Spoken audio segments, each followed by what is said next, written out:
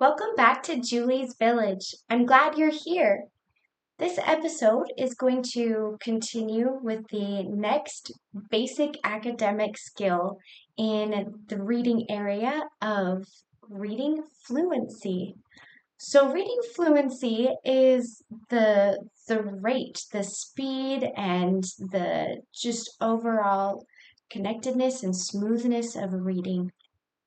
So, an example of not being very fluent yet is when reading is really slow and choppy. So, we want it to be, again, just smooth and to be at a comfortable rate. Reading fluency is very closely connected to phonics. There's lots of overlap, and it's not important that you think in this moment of, I am working on the phonics skill or I am working on fluency skill. Again, there's lots of overlap. And sometimes you'll hear certain things referred to as phonics, and sometimes you'll hear it referred to as reading fluency.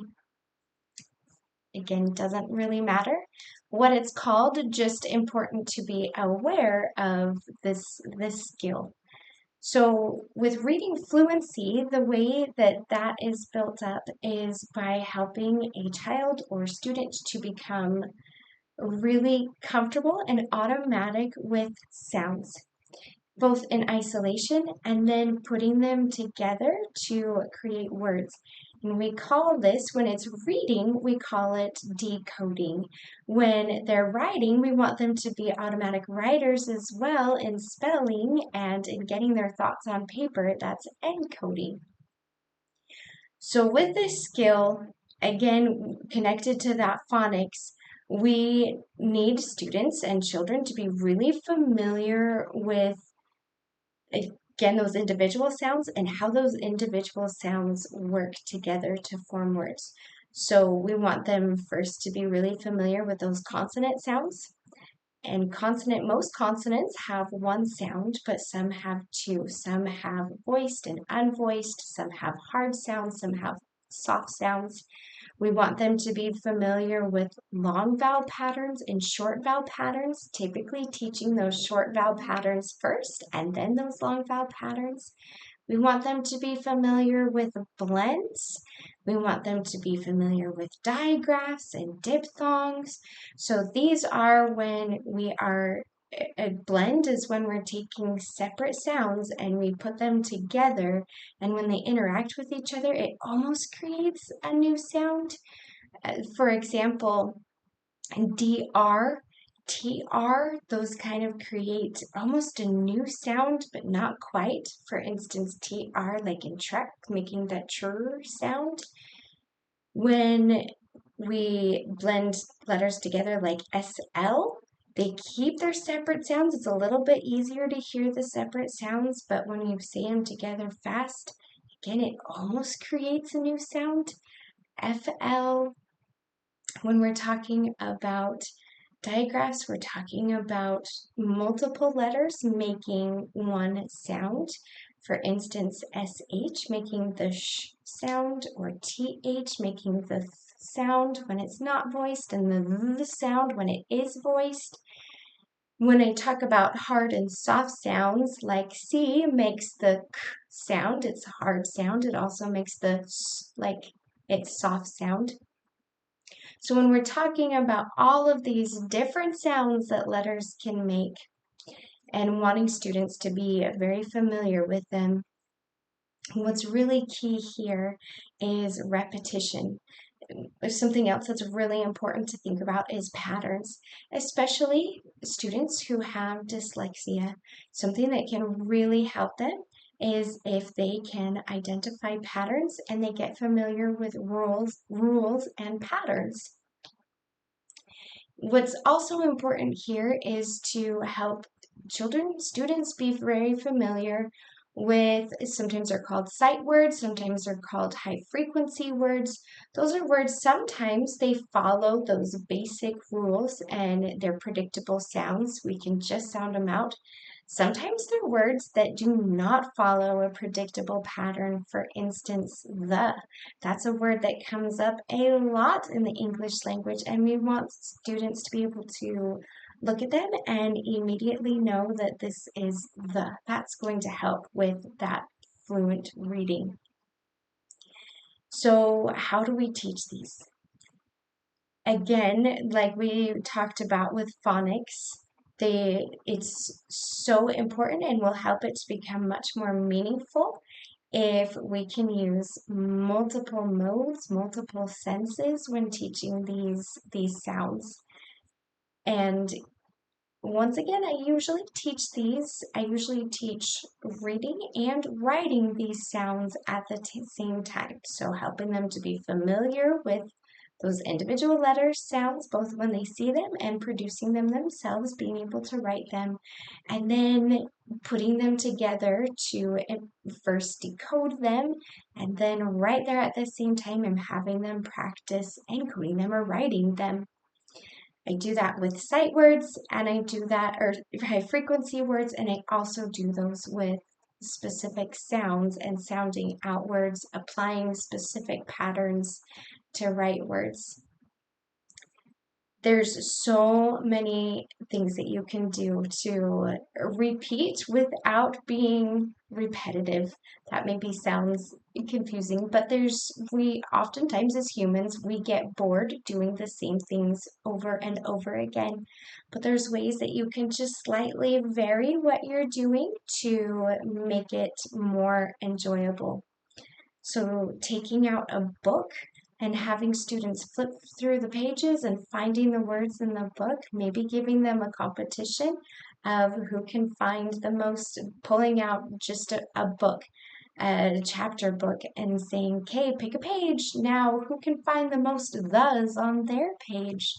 You can give them all a printout of the same page and have them highlighting the words. If you're looking at specific spelling patterns, maybe you give a sheet that has a list of words with all different types of spelling patterns of the long I, but you're going to focus on the IGH. And so you might have them take their favorite color of highlighter or their favorite color of marker, and they can highlight or they can circle. Those are some ways that you can help them to identify, then practicing writing using some of those same things that you use to practice with doing the sounds and the letters in isolation. Now when doing these patterns in isolation or within words, you can have them use one color for letters that are not part of the pattern and another color for letters that are part of the pattern and write these words. You can have them finger spell, you can have them trace out words on the table in shaving cream, you can have them do sidewalk chalk or chalk on a chalkboard. Chalk is so great for students who might have any kind of reading challenges because that gives so much more sensory input, helping to create more of an experience and help it get more into that long-term memory. You can have them build words with Play-Doh. All of these things help to give lots of repetition, but not be repetitive. The key to fluency is really repetition. Sometimes that means repeated readings. So oftentimes teachers will send home, they are often called decodable books that focus on a certain high frequency word or a certain pattern of words, and having a child read that multiple times, first maybe needing a lot more help, but as they are able to read it faster and faster, their confidence grows. It is great if they have a favorite storybook as you transition from you reading it to them reading it. Again, that confidence grows. When we're talking about fluency, sometimes there's a focus on reading level and students needing to be at reading books at a certain reading level. There is research out there that shows that that is not necessarily as effective with building fluency as it is for students and children to be picking books about subjects that they enjoy. Sometimes, even if this is way outside of their reading level, that motivation is so high to be reading it them either themselves or having that help, but that enjoyment that comes with reading something that they enjoy increases that motivation and helps to build fluency.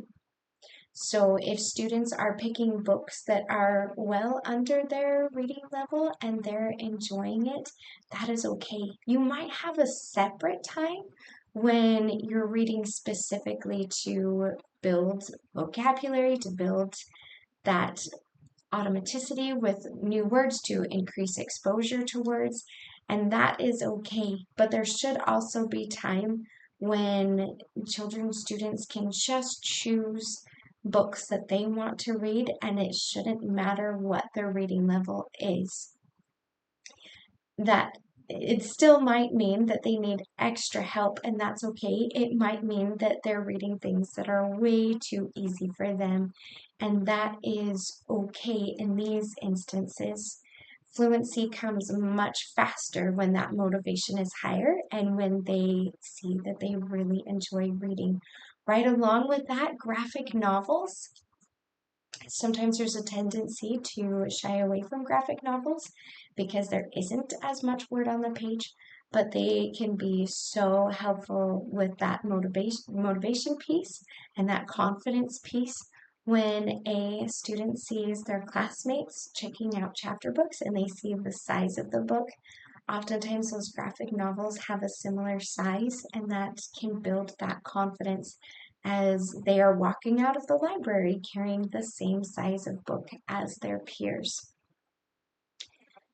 So, with fluency, again, just emphasizing that repetition and doing what you can to create experiences around words and spelling patterns, and helping them to read at the same time as helping them to learn to write.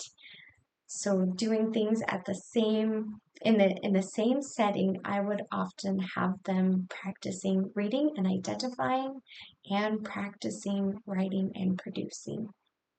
If you have any thoughts on fluency and ways to help increase fluency and help build that confidence with reading, I invite you to leave that in the comments. If you have questions about fluency or any other topic, or if you have recommendations for future topics to cover or guests to have on in future episodes, I invite you to leave that in the comments.